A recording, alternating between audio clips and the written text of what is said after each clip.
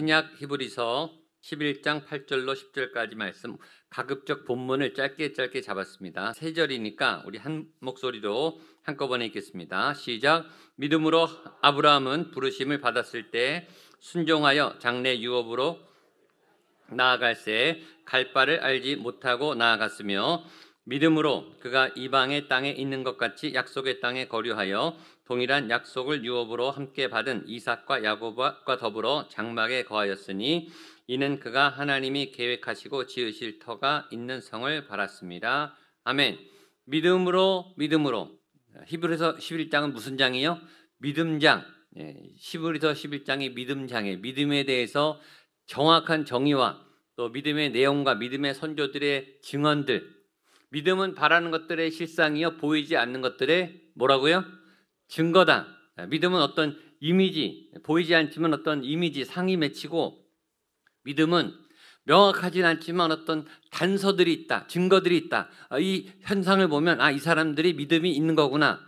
이 사람이 하나님이 정말 살아있는 것처럼 그렇게 사는구나. 저는 여러분들의 삶이 다른 사람들이 볼 때 저 사람 옆에는 하나님이 따라다니시는 것 같아. 저 사람의 기도는 강력한 것 같아. 저 사람한테 기도하면 될 것 같아. 저 사람한테 기도 부탁해야지. 목양교회 오면 하나님을 만나는 것 같아. 목양교회 사람들은 아주 충만해. 거기 가면 예배가 살아있어. 말씀이 살아있어. 거기에는 강렬한 기도가 있어서 내 영성이 회복돼. 그렇게 소문나는 믿음이 살아있는 여러분들 되시기를 주님의 이름으로 축복합니다. 그런 현상들, 증거들, 보이지 않는 어떤 증거들이 보이게 나타나는 게 믿음인데, 둘째 날에 믿음은 그래서 예배로 나타난다 그랬어요. 내가 어떤 예배를 드리는가가 여러분의 믿음이다. 내가 지금 예배 드리는 수준이 내 믿음의 수준이다. 그 다음 날은 믿음은 방주를 짓는 거라 그랬어요. 믿음은 방주를 짓는 거. 오늘 믿음은 아브라함이 나오는데 오늘은 순종이 나와요. 그러니까 믿음을 가진 사람들의 어떤 현상들, 방주는 상징이죠. 노아가 부르심을 받고 방주를 짓고 조롱과 멸시를 뛰어넘으면서 방주를 지어서 의의 성적자가 되었다. 그것이 어제 말씀이라면 오늘 믿음이란 부르심에 대해서 순종하는 것. 믿음의 사람들은 어떻게 살아가는가? 부르심에 대해서 순종하며 살아간다. 이것이 믿음이 있는 사람들의 증거다. 한번 따라하세요. 부르심에 대한 순종. 부르심에 대한 순종.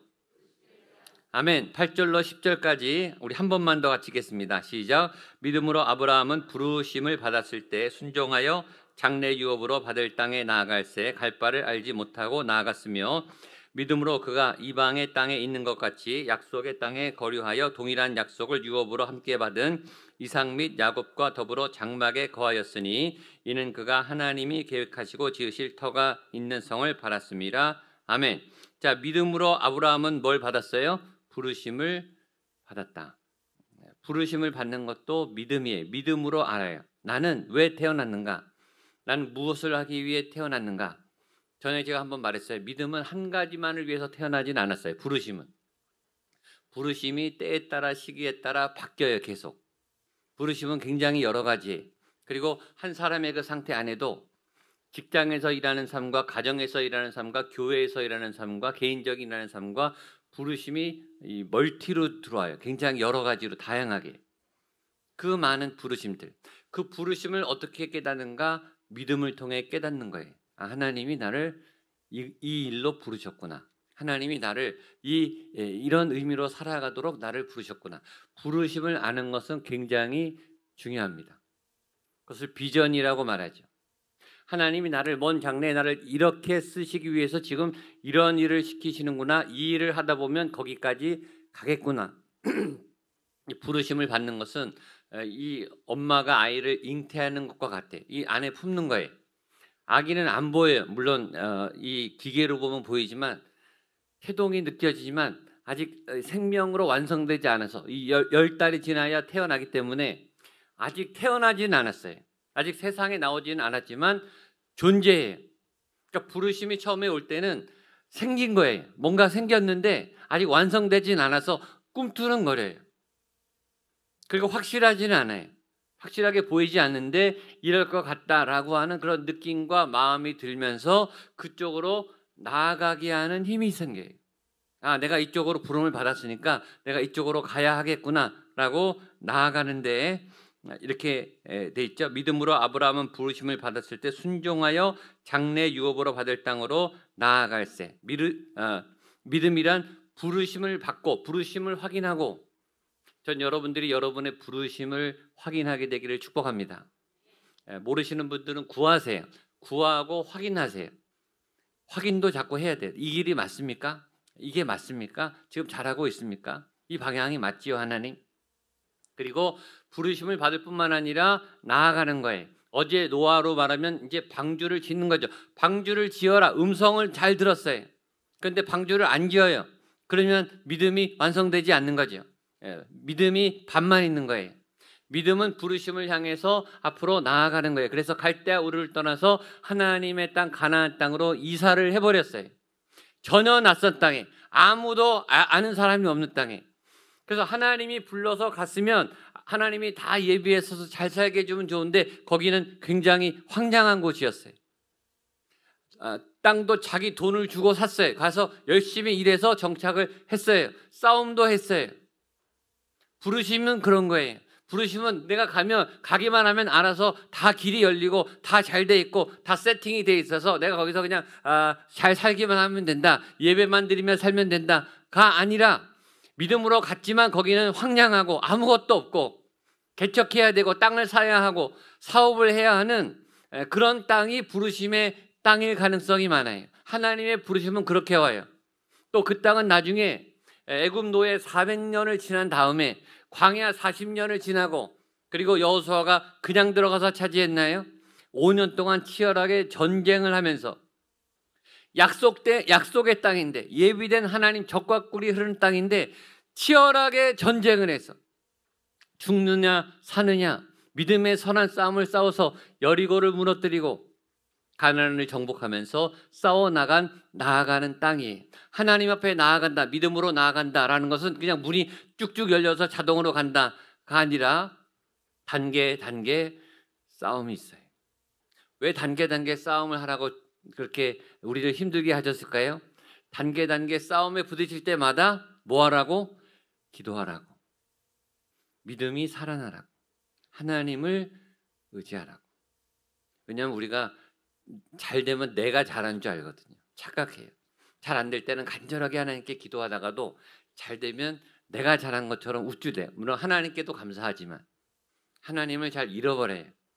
근데 그때 하나님을 의지해야 될 일들이 있는 것이 은혜예요. 때로 고난이 은혜예요. 갈망이 은혜예요. 하나님 앞에 매달릴 수밖에 없는 상황이 은혜예요. 특별히 저는 8절에 이 말씀이 좋습니다. 뒤에 믿음으로 아브라함은 부르심을 받았을 때 순종하여 유업의 땅으로 나아갈새 갈 바를 알지 못하고 나아갔으며. 한번 따라하시죠. 갈 바를 알지 못하고 나아갔으며. 갈 바를 알지 못하고 나아갔으며.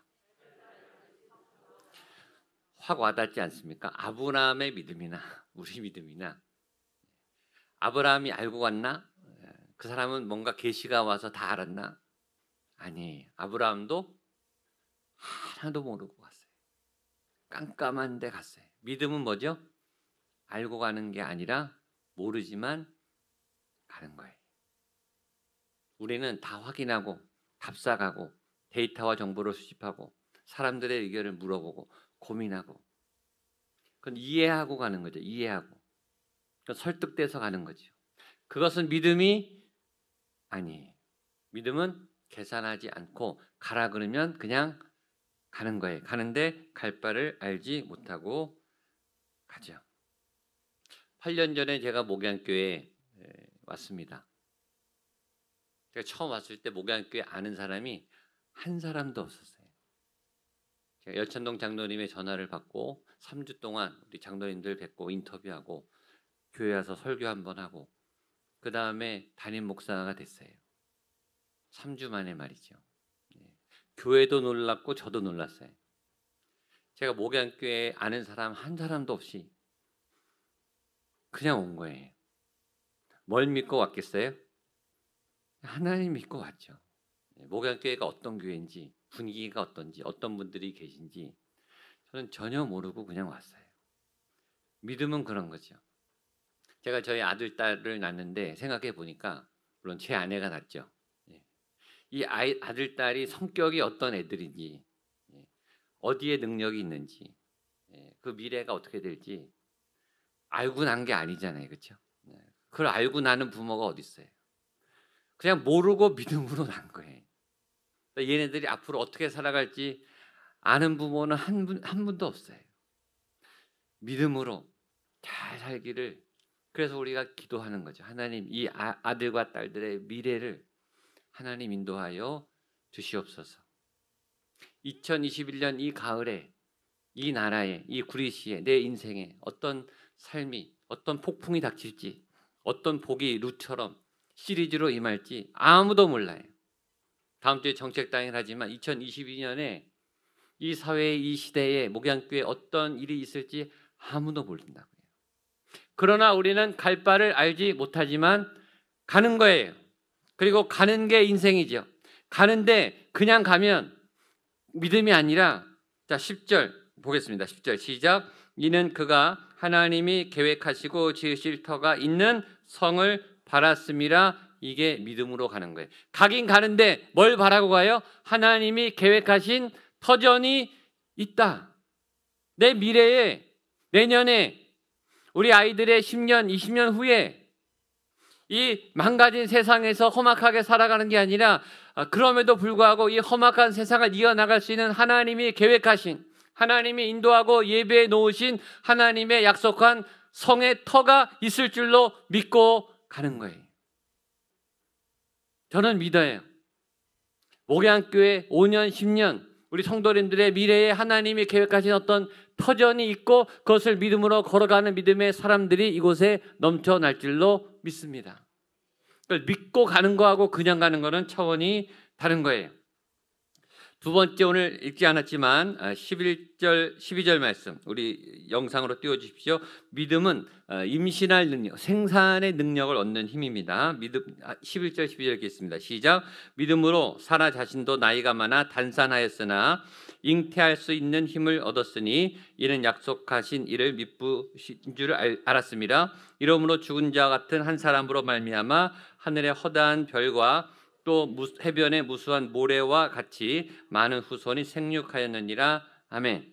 자, 아브라함의 아내 사라는 아이를 얻을 수 없는 몸이었어요. 단산하였으나 이미 이 아이를 생산할 능력이 끊어졌어요. 그냥 당대에 죽는 거예요. 그러나 믿음으로 잉태할 수 있는 힘을 얻었어요. 누가 주셨어요? 하나님이 주셨어요.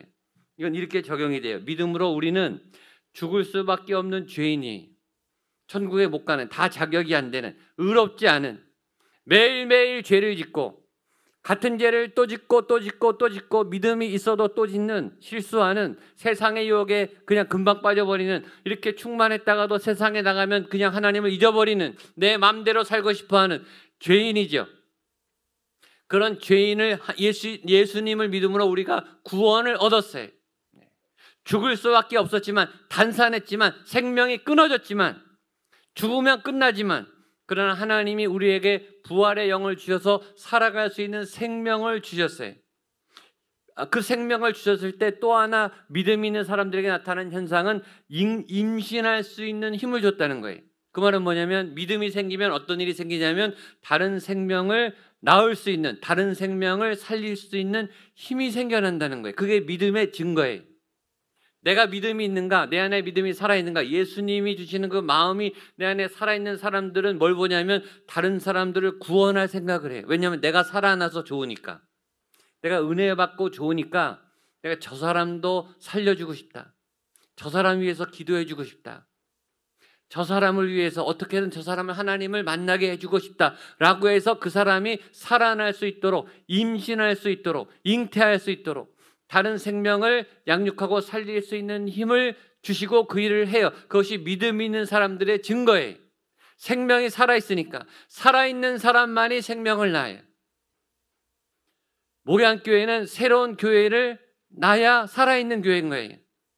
새로운 교회를 낳지 않는 교회는 죽은 교회예요. 그래서 저희가 미션 캠을 하는 거예요.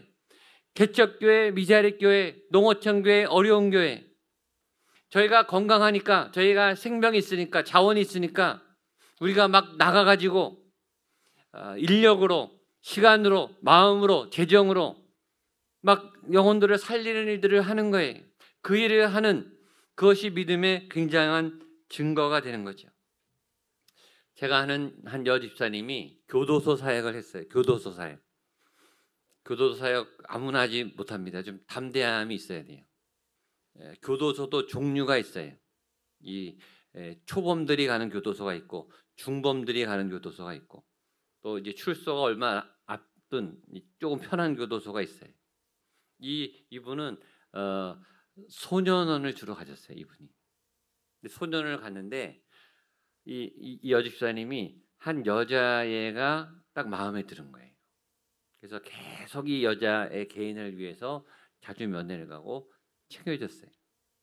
이 여자애가 이제 출소를 했어요. 출소했는데 딸로 입양을 했어요. 그런 일은 쉽지 않죠. 그리고 막 정성을 막 쏟아요. 근데 이 소년원에 간 애가 말을 잘 듣겠냐고요. 엉망진창이죠. 얼마나 속을 썩이는지 몰라요. 막 속이 막 문드러 썩는다고 저한테 맨날 울어요. 그런데 잘라내지 않고 계속 그 딸을 양육을 해요. 좀 보면서 신기하죠. 어떻게 저런 결단을 할 수 있을까? 저런 힘은 어디서 날까? 완전히 자신을 희생해서 남의 자식을 저렇게 자기 딸처럼 울면서 참아가면서 양육하는 저 힘은 어디서 났을까? 믿음이 아니면 저런 일을 할 수가 없어요. 하나님이 믿음을 주시면 그런 엄청난 상상할 수 없는 일도 하는 거죠. 그래서 12절 같이 한번 읽어보겠습니다. 아까 읽었는데 12절 시작. 이러므로 죽은 자와 같은 한 사람으로 말미암아 하늘의 허다한 별과 또 해변의 무수한 모래와 같이 많은 후손이 생육하였느니라. 아멘. 이것이 아브라함에게 주신 꿈이죠. 너를 통해서 무수한 생명이 태어나게 될 거야. 너를 통해, 너의 믿음을 통해 수많은 생명이 살아나게 될 거야. 그것이 하나님이, 예수님이 우리에게 주신 비전이, 가서 모든 민족으로 제자를 삼아 아버지와 아들과 성령의 이름으로 세례를 주고 내가 너에게 가르치고 분부한 모든 것을 가르쳐 지키게 하라. 볼지어다 내가 세상 끝날까지 너희와 함께 있으리라. 너희는 가서 사람들을 살리고 사람들을 돕고 사람들을 위로하고 너희가 살아난 것처럼, 너희가 기뻐했던 것처럼, 너희가 위로를 받은 것처럼, 너희가 죄와 싸워 이겼던 것처럼 너희가 그렇게 살아났듯이 그 생명의 예수 그리스도를 나눠주고 생명을 살리는, 그래서 무수한 별과 같은 수많은 생명을, 처음에는 단산하였으나 낳을 수 없는 그런 죽은 사람이었으나 많은 영혼을 살려내는 그런 믿음의 사람이 되어라 라는 명령을 받은 사람들이 제자인 거예요. 그게 주님의 교회예요. 그것이 주님의 방주예요. 자, 이어서 좀만 더 보겠습니다. 13절로 16절 본문에 없지만 같이 한번 읽어보겠습니다. 시작. 이 사람들은 다 믿음을 따라 죽었으며 약속을 받지 못하였을 때 그것을 멀리서 보고 환영하며 또 땅에서는 외국인과 나그네임을 증언하였으니 그들이 이같이 말하는 것은 자기들이 본향 찾는 자임을 나타냄이라. 그들이 나온 바 본향을 생각하였더라면 돌아갈 기회가 있었으려니와 그들이 이제는 더 나은 본향을 사모하니 곧 하늘에 있는 것이라. 이러므로 하나님이 그들의 하나님이라 일컬음 받으심을 부끄러워하지 아니하시고 그들을 위하여 한 성을 예비하셨느니라. 16절 보면 이렇게 되어 있습니다. 그들이 이제는 더 나은 본향을 사모하니 곧 하늘에 있는 것이라. 믿음의 사람의 특징은 뭐냐면 더 나은 본향을 사모하는 거예요. 그리고 그 본향은 하늘나라에 있는 거예요. 그 사람의 생각은 이 땅을 향하지만 이 땅에 임하는 하나님의 나라를 꿈꾸고 그 나라는 하늘나라에 있는 하나님의 나라가 이 땅에 임하는 거죠. 더 나은 본향을 사모하는 믿음의 사람들의 특징은 더 나은 본향을 사모하고 더 나은 본향을 향해 삶이 팽창하기 시작해요. 나아가기 시작해요. 더 좋은 직장을 가면 좋겠죠. 더 좋은 전문가가 되면 좋겠죠. 여러분이 더 큰 집을 사면 좋겠죠. 최근 보니까 구리도 집값이 많이 올랐더라고요. 집이 확장되면 좋겠죠. 재산이 많아지면 좋겠죠. 삶의 경험이 다양해지면 좋겠죠. 그러나 그 어느 것보다 여러분의 믿음이 확장되기를 축복합니다. 이 목양교회가 구리 안에 있는, 저는 이 시를 위해서 늘 기도해요. 이 구리시가 정말 불타오르는 영적인 도시가 되게 해 주옵소서. 이 구리시에, 구리시 하면 기도하는, 예배하는, 하나님을 믿는 그 퍼센터지가 굉장히 높은 이 교회의 영적 영향력이 사회에 미쳐서 아름다운 이 전파, 구리가 작으니까 얼마나 그렇게 하기가 좋아요. 전 목양교회를 통해서 구리시가 그렇게 변화되기를 축복합니다.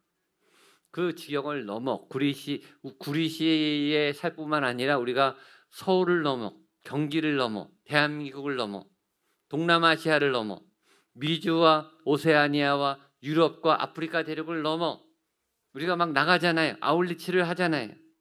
더 나은 본향을 향해 하나님의 꿈을 따라. 하나님은 가슴이 넓은 분이세요. 하나님은 꿈이 큰 분이세요. 그래서 나가지 않을 수 없는 거예요. 교회 안에서 다리 싸움을 하고 교회 안에서 여러 가지 문제 때문에 엉키고 그럴 시간이 어디 있어요. 전 세계가 우리 눈앞에 펼쳐져 있는데 더 나은 하나님의 본향, 우리가 딱 이 깃발을 꽂아야 될 하나님의 나라가 이 세상에 널려 있는데, 우리가 구원해야 될 백성들이 저 세상 밖에 널려 있는데, 그러니까 믿음의 사람들은 이 스케일이 다른 거예요. 삶의 반경이 다른 거예요. 골방에서 기도하지만 열방을 품는 거예요. 전혀 다른 민족과 나라, 교회 사람들하고도 교류하는 거예요. 언제든지 사역을 하는 거예요. 여러분들 새벽 기도 마치면 기도하시는데 기도의 범위와 수준이 넓어지게 되기를 축복합니다. 늘 자기 기도만 하는 분, 늘 자기 가족 기도만 하는 분, 우리 교회 기도만 하는 분, 여러분의 기도가 팽창하게 되기를 축복합니다.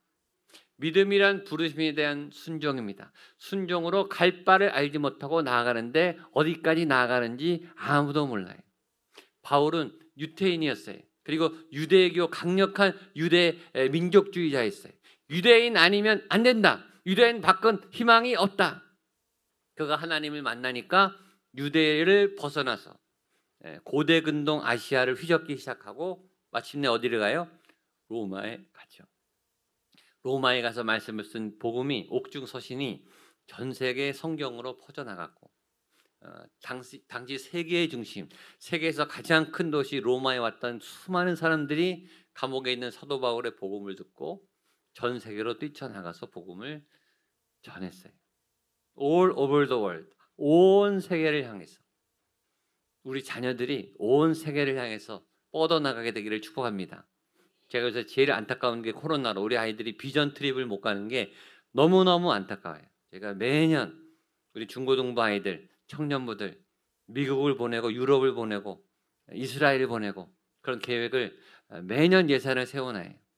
앞으로 그런 일들이 펼쳐지게 되기를 믿습니다. 더 넓고 좋은 것들을 보고 하나님의 꿈을 키워서 하나님의 스케일을 가지고 정말로 불타오르는 삶을 불태우는 그런 멋진 믿음의 사람, 순정함으로 앞으로 쭉쭉 나아가는 하나님의 거룩한 백성들이 되시기를 주님의 이름으로 축복합니다.